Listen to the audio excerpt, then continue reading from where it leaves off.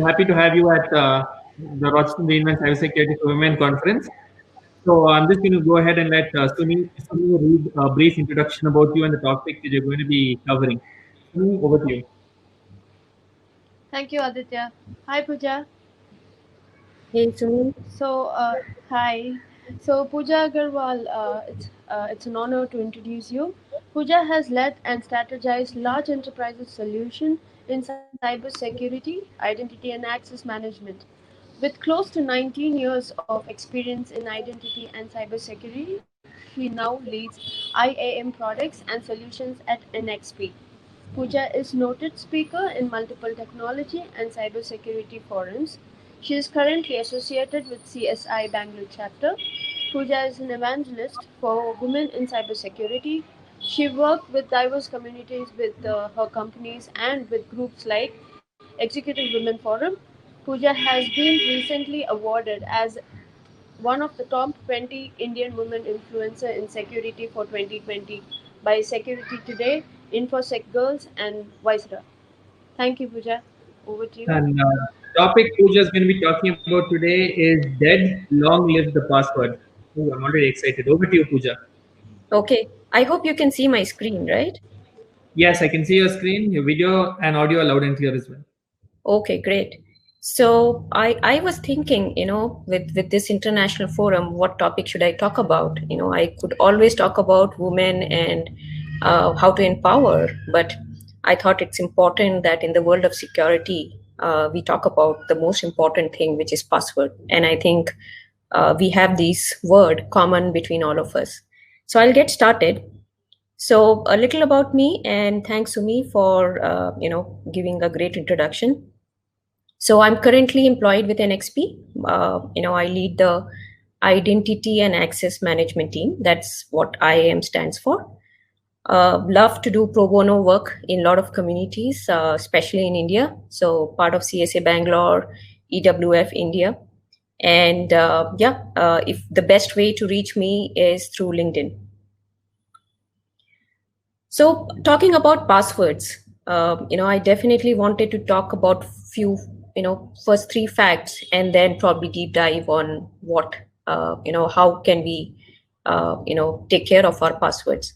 So fact one is passwords have a pattern because they are set by humans.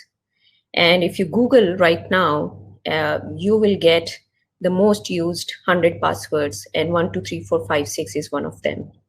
Right. And password depends on the personalities, and then it also depends on the gender. So in interest of this community, I did a quick search and found out that women generally use passwords with names in it, whereas men, they use hobbies or full words in the passwords. Right. So, fact one, passwords have pattern. Second fact is your password safe? And here are some numbers which are there in the internet, which kind of tells you your password is already known to somebody else, right? 8-digit password is with the amount of technology we have, can be hacked in less than a second. And most important, it's costly. Incident in your organization, cost a lot of money.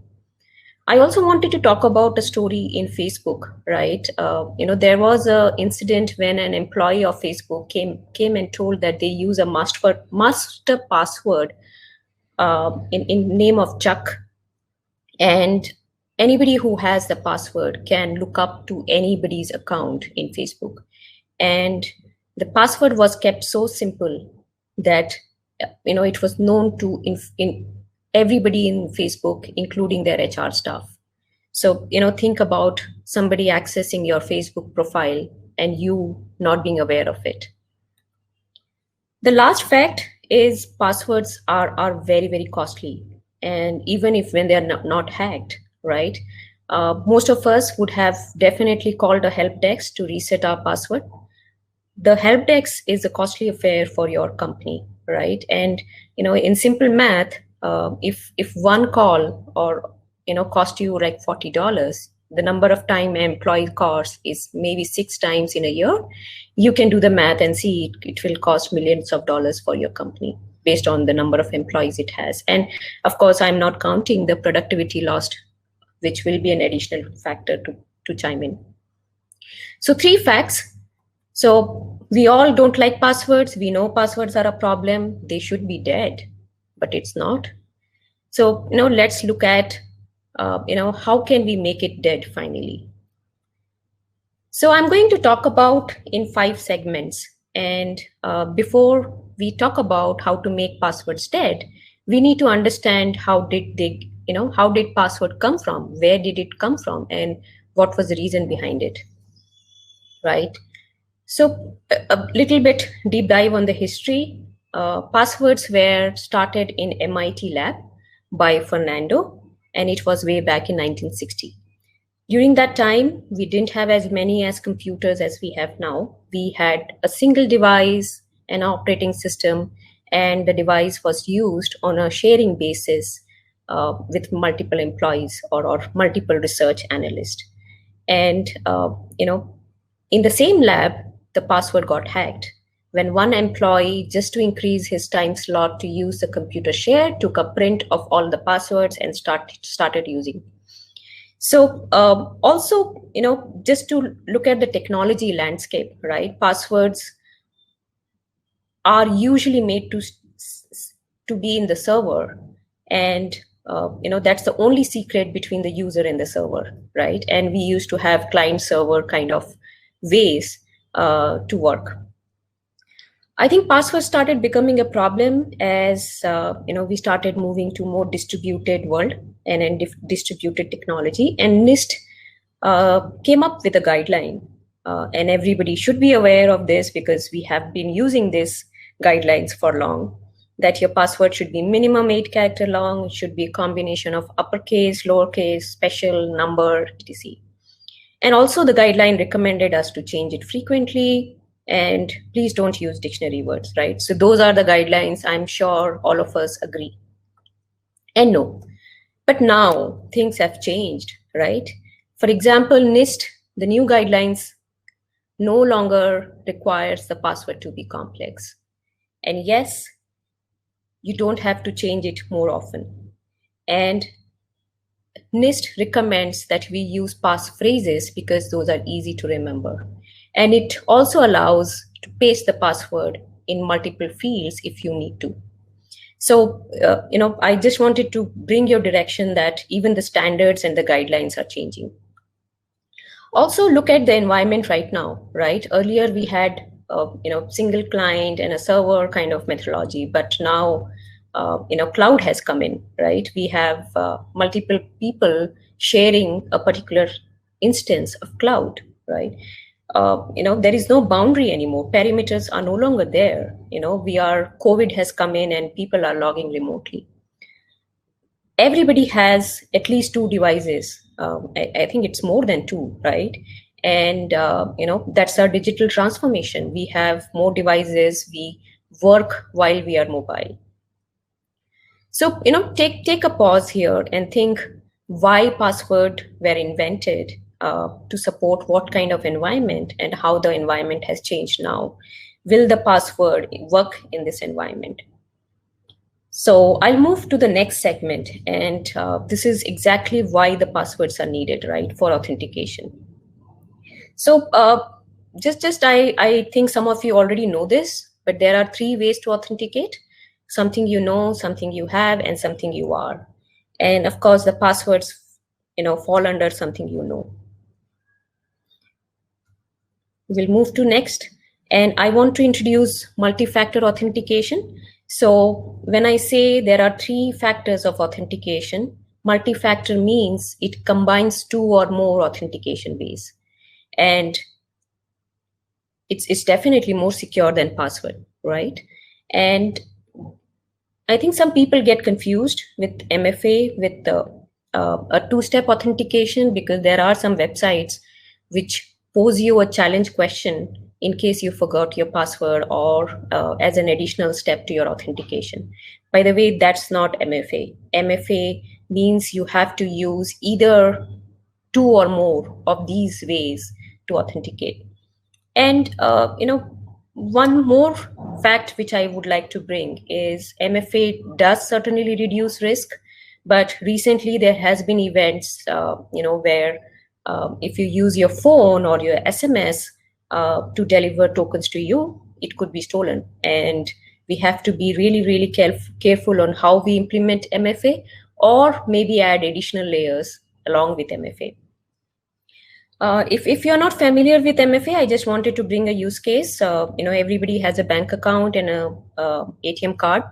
When you use your ATM card, you are using two types of authentication. One is something you have and something you know. So you do have to enter your PIN in order to withdraw some money. Now, if you lose your card, it's okay, because the attacker may not have your PIN, right? If they know your PIN, maybe it's time to destroy your card and get a new one, right? So it definitely reduces risk. So I'll move to the next segment, and later I'll probably connect how these are all related. Biometrics. So biometrics is another type of authentication which I just covered.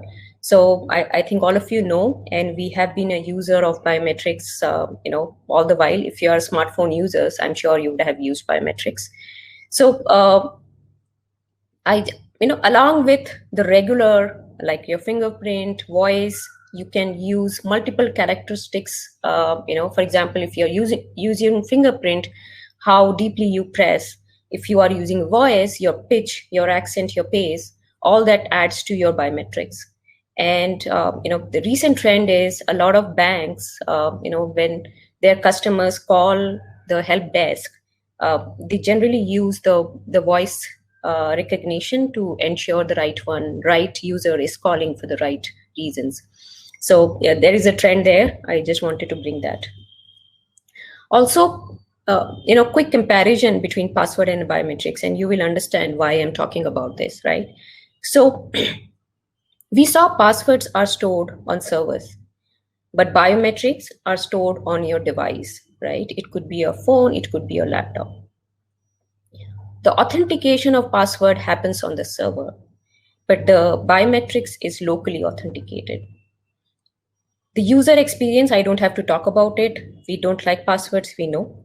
Biometrics simplifies our user experience.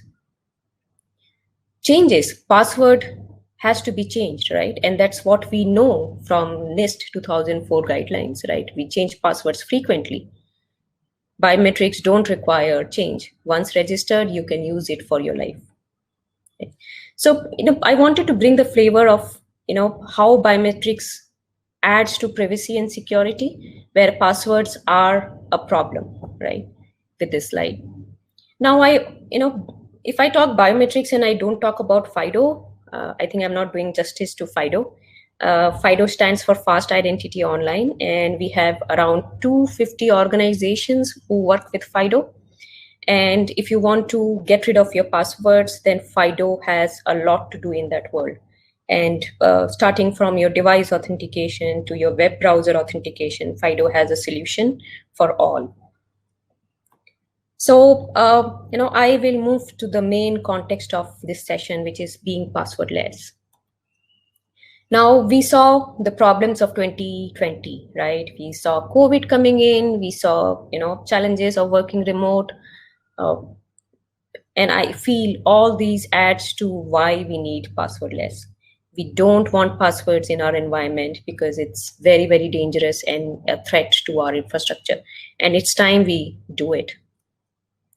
Now, talking about why passwordless, if you look at the chart here, you see high security and convenience, low security, inconvenience listed out. Passwords are definitely not secure and not convenient, and we have been using it for this long. Now, passwordless falls under the right segment. It's secure and it's convenient. So, few point, what is passwordless, right? So passwordless is definitely doesn't use passwords.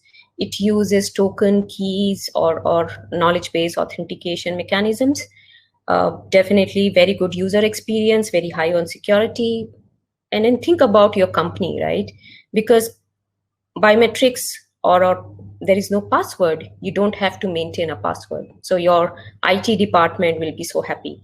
And somebody like an IAM professional, an identity professional, I will be the most happy because it will be easier for me to enforce policies around authentication.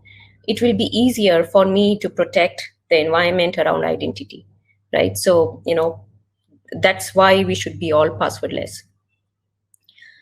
And then, passwordless also are different types. Of course, the first type is single factor authentication, which is a very simple way of biometric type authentication, which I won't recommend. Multi-factor is the way to go. And I later in my slides, I have some use cases on what I mean by them.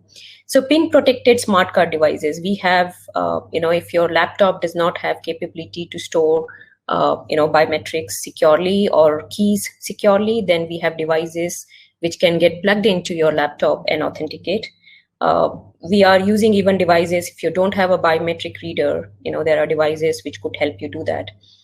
We have something called Duo Push, right? It gets integrated with your phone, and you have to approve, in an application in your phone to, allow or get authenticated.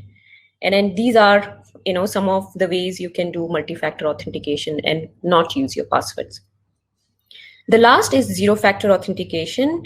And, if I have a slide for zero trust, and,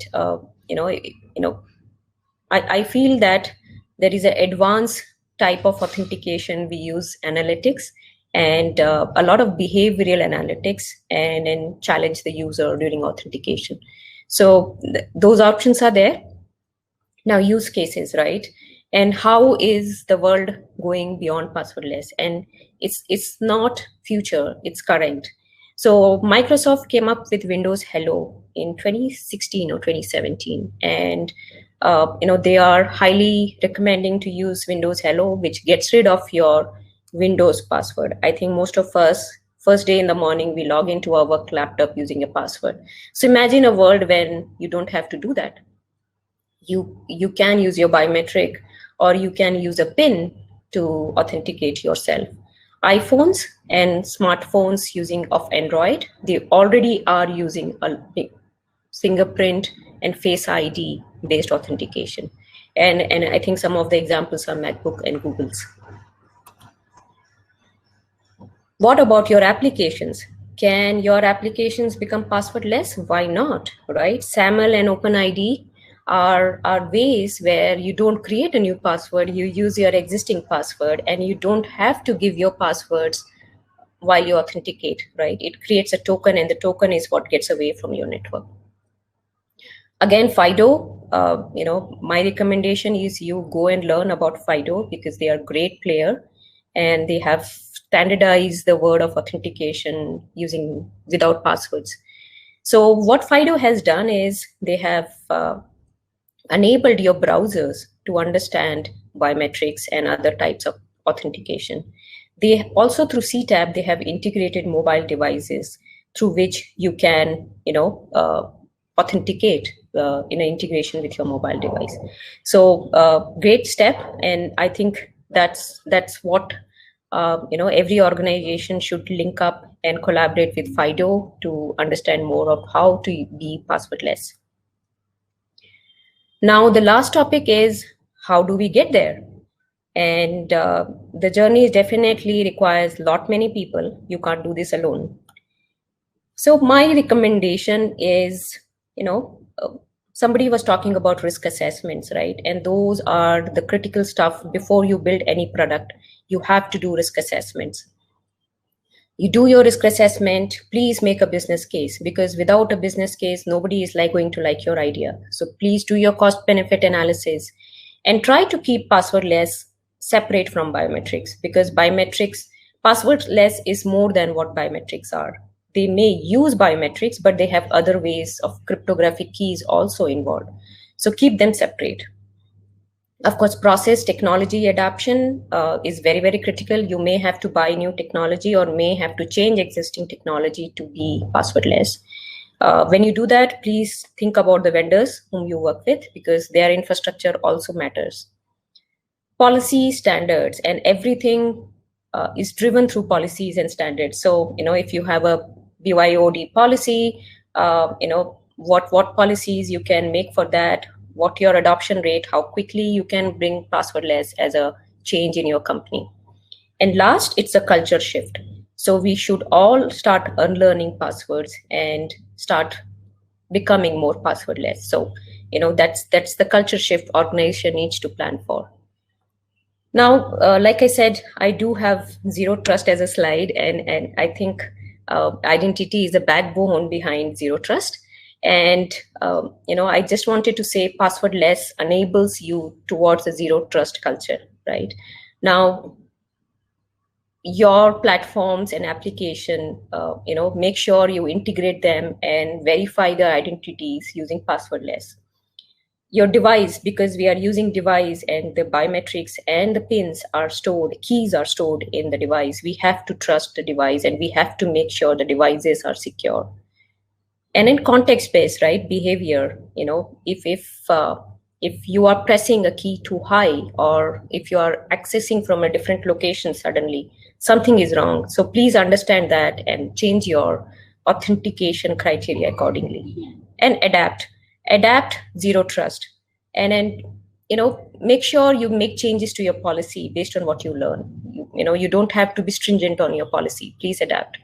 So that's about zero trust and passwordless. And I would request, if you are going to take away anything, we need to get rid of our passwords. And I want you to make a case in your organization on a first step towards passwordless. And with that, I'm done.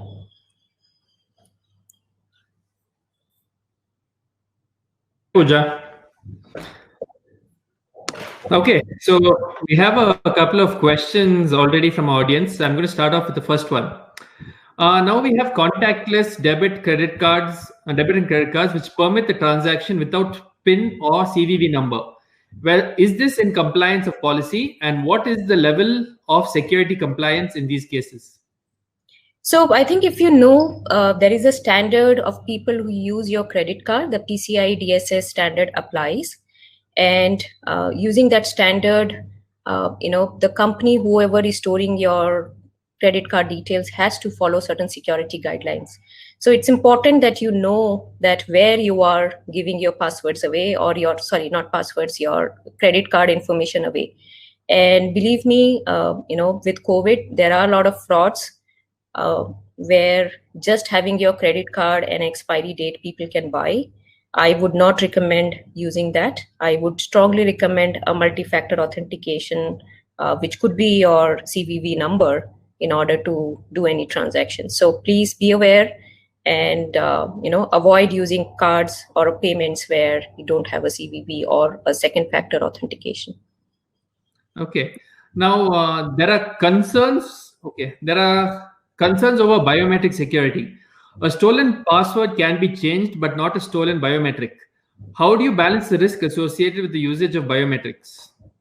So and then that's a big question. Where are you giving your biometrics? Because I know people in India, we all have Aadhaar, right? And we give our biometrics to be stored in some external server. That's risky. And like someone said, you can change your password, but you cannot change your biometrics. But what FIDO and the standards are recommending is to, make your biometric store on your local devices. A local means something I have right now, which is my laptop or which is my phone.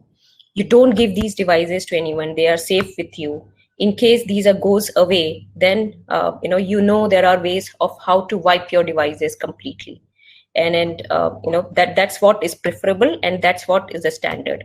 If you are giving your biometrics to somebody else, then please ensure it's safe, and whoever is storing it is managing it well. But with Aadhaar, there's no choice really for us, and they're not managing it very well. Okay, The next one. Now, banks are sending us OTPs through SMS. How safe are we? OTP was considered out of band kind of authentication, and it definitely is using MFA. But like in my talk earlier, in fact, COVID has given a lot of areas to look after in security, and SMS is one of them. And in Europe, I think in the recent events, the SMS were stolen, and people were able to get into your tokens or your codes using your SMS. So my best recommendation is to avoid OTPs, but I think our banks will take some time to go there because this is a recent event. I will prefer a app-based or a duo push, which I called, where you need to go to an app, and Microsoft Authenticator, Google Authenticator are good ways to authenticate rather than using an SMS. Okay, so to follow up that question, how safe is Microsoft Authenticator and how safe is Google Authenticator? Well, I don't have enough data to comment on that, but I have been using it, and I'm sure a lot of organizations who are moving to Azure and Google Cloud use it thoroughly. So there are safety features, but of course the patches comes in. So my recommendation is to, as you get the security patches, please update these authenticator apps. Those are very critical. Okay, the next question is, please explain more about zero-factor authentication. How can we implement it? Do Microsoft, Apple, and Google have any APIs for developers? Now, zero factor is the next way to go. I don't think a lot of people have implemented. That's a topic to research more. And again, it's based on, you have to have your context. You have to store some of the analytics in your environment so that you can challenge your, authentication. For example, are you capturing the way the user is typing? Are you capturing the pitch and the volume of a voice, right? And are you using in the right context to kind of stop authentication? So, it's the next area to go. My first recommendation is to go step by step. So maybe we do passwords, get rid of passwords first, start collecting more context, and then use more attributes of, these biometrics and other ways to gather context and use them. Okay. Now the last question is, there is a company right now that's basically working on using, as opposed to fingerprints, they're going to use a vein scan of your hand. And that basically becomes your authentication device for everything. It authenticates you into your phone, it authenticates you into your house. You can authorize payment. So you can wave your hand over something and it'll authorize a payment. So how safe is something like this? So I think zero factor is the answer for that. And somebody said if you use a picture, you can authenticate using the face recognition tool. Companies are also becoming smarter. Microsoft, Google have adopted, and they say that you put a picture in front of us, we can recognize. You put a twin in front of us, we can recognize that. So I think as hackers are getting smarter, companies should get smarter. And maybe zero factor and identifying those attributes which are probably right now not being used will help in addressing these attacks. Okay. Thank you so much, Pooja. I think we are at the end of our questions. So thank you so much for that, again, detailed and enlightening session about some of the alternatives to passwords and some of the tips that we need to consider while establishing a password-less or as you say, zero-factor method in organizations. Thank you so much, Pooja, and be safe. Yep, thank you.